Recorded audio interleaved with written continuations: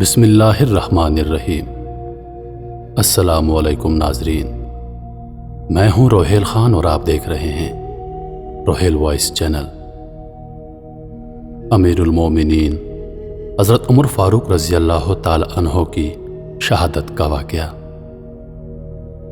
حضرت عمرو بن میمون رضی اللہ تعالی عنہ فرماتے ہیں کہ جس دن حضرت عمر بن خطاب رضی اللہ تعالی عنہ پر حملہ کیا گیا اس دن میں وہی موجود تھا۔ حضرت عمر بن خطاب رضی اللہ تعالی عنہ نماز فجر کے لیے صفیں درست کروا رہے تھے۔ میں بھی آپ رضی اللہ تعالی عنہ کے بالکل قریب کھڑا تھا۔ ہمارے درمیان صرف حضرت عبداللہ بن عباس رضی اللہ تعالی عنہ حائل تھے۔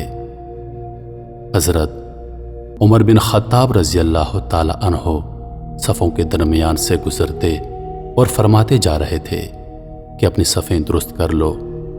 جب آپ نے دیکھا کہ صفیں بالکل درست ہو چکی ہیں اور نمازیوں کے درمیان بالکل خلا نہیں رہا اور سب کے کندھے مل چکے ہیں تو آپ رضی اللہ تعالی عنہ آگے بڑھے اور تکبیر تحریمہ کہی۔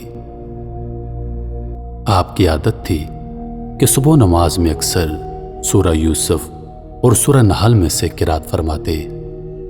آپ پہلی رکعت میں کچھ زیادہ تلاوت فرماتے تاکہ بعد میں آنے والے بھی جماعت میں شامل ہو سکیں۔ ابھی آپ نے نماز شروع کی ہی تھی کہ ایک مجوسی غلام جو پہلی صف میں چھپ کر کھڑا تھا، اس نے موقع پاتے ہی ایک دو دھاری تیز خنجر سے آپ رضی اللہ تعالی عنہ پر حملہ کر دیا۔ حضرت عمر بن خطاب رضی اللہ تعالی عنہ کی آواز سنائی دی کہ مجھے کسی کتے نے کاٹ دیا ہے۔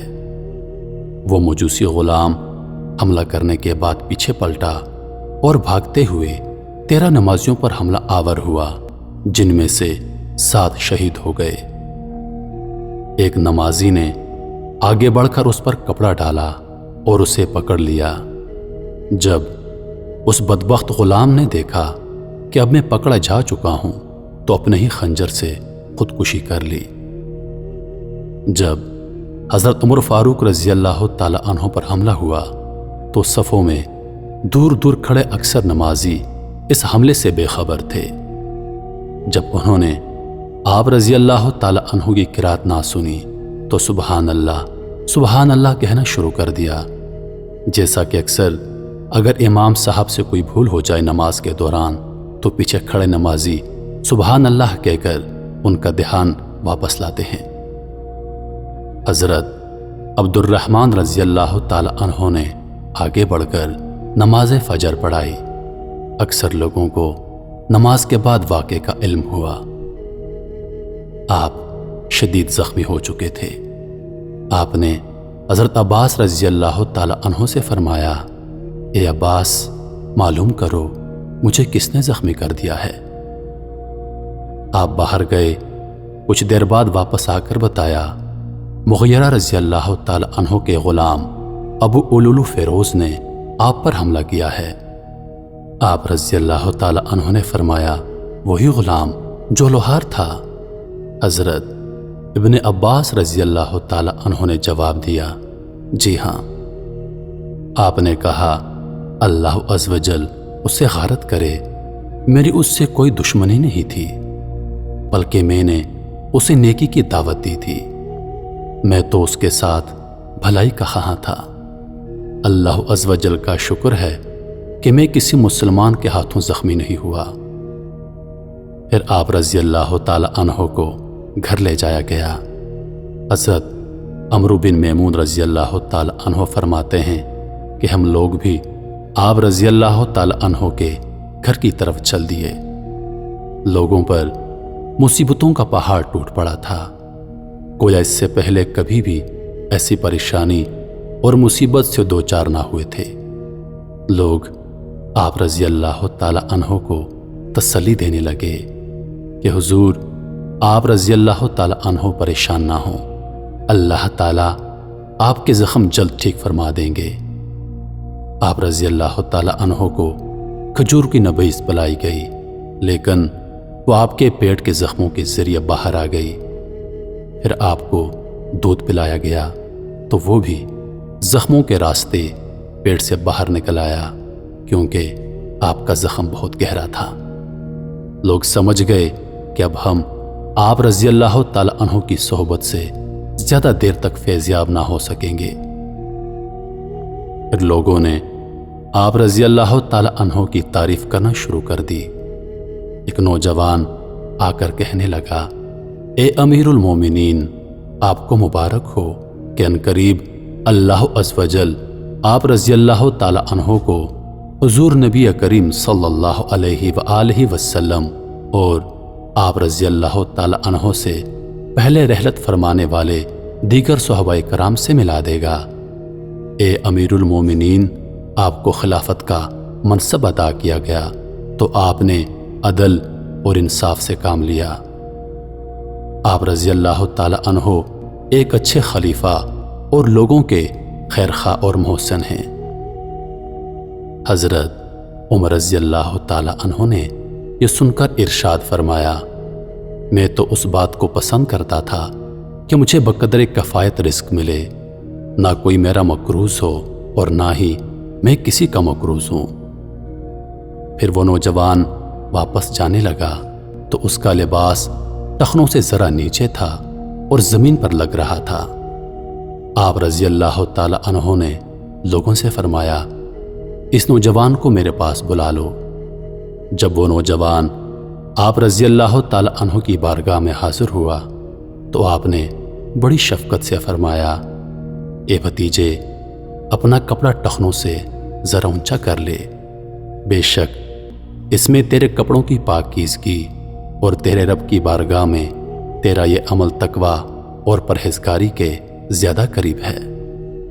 سبحان اللہ، قربان چاہیے ان پاکیزہ ہستیوں کے جذبہ تبلیغ پر کہ آخری لمحات میں بھی نیکی کی دعوت دینا ترک نہ کی، اور اس حالت میں بھی خلاف شرع کام برداشت نہ ہو سکا۔ پھر آپ رضی اللہ تعالی عنہ نے اپنے صاحبزادے سے فرمایا، تم ام المومنین حضرت سیدنا عائشہ صدیقہ رضی اللہ تعالی عنہ کی بارگاہ میں چلے جاؤ اور ان سے عرض کرو، عمر بن خطاب اس بات کی اجازت چاہتا ہے کہ اسے اس کے ساتھیوں کے ساتھ دفن کیا جائے اور حضور صلی اللہ علیہ وآلہ وسلم کے قرب میں جگہ عطا فرمائی جائے۔ حضرت عبداللہ بن عمر رضی اللہ تعالی عنہ حضرت عائشہ صدیقہ رضی اللہ تعالی عنہ کی بارگاہ میں حاضر ہوئے اور سلام عرض کیا۔ آپ رضی اللہ تعالی عنہ رو رہی تھی۔ حضرت عبداللہ بن عمر رضی اللہ تعالی عنہ نے کہا، حضرت عمر بن خطاب رضی اللہ تعالی عنہ آپ کو سلام عرض کر رہے ہیں اور اس بات کی اجازت چاہتے ہیں کہ انہیں ان کے ساتھیوں کے قریب جگہ عطا فرمائی جائے۔ آپ رضی اللہ تعالی عنہ نے یہ سن کر ارشاد فرمایا، یہ جگہ تو میں نے اپنے لیے رکھی تھی، لیکن اب میں یہ جگہ عمر بن خطاب رضی اللہ تعالی عنہ کو ایثار کرتی ہوں، انہیں جا کر یہ خوشخبری سنا دو۔ چنانچہ حضرت عبداللہ بن عمر رضی اللہ تعالی عنہ اجازت لے کر واپس تشریف لائے۔ جب حضرت عمر بن خطاب رضی اللہ تعالی عنہ کو بتایا گیا کہ حضرت عبداللہ بن عمر رضی اللہ تعالی عنہ آ گئے ہیں تو آپ نے فرمایا، مجھے بٹھا دو۔ آپ کو سہارا دے کر بٹھا دیا گیا۔ آپ نے فرمایا، اے میرے بیٹے، کیا خبر لائے ہو؟ حضرت عبداللہ بن عمر رضی اللہ تعالی عنہ نے عرض کی، حضرت عائشہ صدیقہ رضی اللہ تعالی عنہ نے آپ کو اجازت عطا فرما دی ہے، آپ خوش ہو جائیے، جس چیز کو آپ رضی اللہ تعالی عنہ پسند کیا کرتے تھے وہ آپ کو عطا کر دی گئی ہے۔ یہ سن کر آپ نے فرمایا، مجھے اس چیز سے زیادہ اور کسی چیز کی فکر نہیں تھی، الحمدللہ مجھے میری پسندیدہ چیز عطا کر دی گئی ہے۔ پھر آپ رضی اللہ تعالی عنہ نے فرمایا، جب میری روح پرواز کر جائے تو مجھے اٹھا کر سرکار دو جہاں صلی اللہ علیہ وآلہ وسلم کے روضہ اقدس پر لے جانا، پھر بارگاہ نبوت میں سلام عرض کرنا اور حضرت عائشہ صدیقہ رضی اللہ تعالی عنہا سے عرض کرنا کہ عمر بن خطاب اپنے دوستوں کے ساتھ آرام کی اجازت چاہتا ہے۔ اے میرے بیٹے، اگر وہ اجازت دے دیں تو مجھے وہاں دفن کر دینا، اور اگر اجازت نہ ملے تو مجھے عام مسلمانوں کے قبرستان میں دفنا دینا۔ جب آپ رضی اللہ تعالی عنہ کی روح خالق حقیقی سے جا ملی تو آپ کو مسجد نبوی میں لایا گیا، اور حضرت عبداللہ بن عمر رضی اللہ تعالی عنہ نے حجرہ مبارک سے باہر کھڑے ہو کر ام المومنین حضرت عائشہ صدیقہ رضی اللہ تعالی عنہ کو سلام عرض کیا، اور حضرت عمر بن خطاب رضی اللہ تعالی عنہ کو حجرہ مبارک میں دفن کرنے کی اجازت طلب کی۔ آپ رضی اللہ تعالی عنہ نے اجازت عطا فرما دی۔ چنانچہ حضرت عمر بن خطاب رضی اللہ تعالی عنہ کو حضور نبی کریم صلی اللہ علیہ وآلہ وسلم کے جلووں میں اور حضرت ابو بکر صدیق رضی اللہ تعالی عنہ کے پہلو میں دفن کر دیا گیا۔ اللہ عز و جل کی ان پر رحمت ہو اور ان کے صدقے ہماری مغفرت ہو، آمین برحمتک یا ارحم الراحمین۔ محترم عزیز دوستو، جس دن آپ رضی اللہ تعالی عنہ کی وفات ہوئی وہ تاریخ یکم محرم الحرام تھی۔ میں امید کرتا ہوں کہ ویڈیو آپ دوستوں کو پسند آئی ہوگی۔ ویڈیو پسند آ جائے تو لائک اور شیئر ضرور کر دیجیے گا، اور آنے والی ویڈیوز کے لیے ہمارے چینل کو سبسکرائب کر دیں اور ساتھ میں موجود بیل کے آئیکن کو دبا دیں تاکہ ہماری ہر نئی آنے والی ویڈیو سب سے پہلے آپ تک پہنچے۔ مجھے دیجیے اجازت، زندگی رہی تو اگلی بار ایک اور ویڈیو لے کر آپ کی خدمت میں حاضر ہوں گا۔ تب تک کے لیے خدا حافظ۔ اللہ پاک آپ سب کا حافظ و نگہبان۔ ہنستے رہیے اور ہمیشہ مسکراتے رہیے۔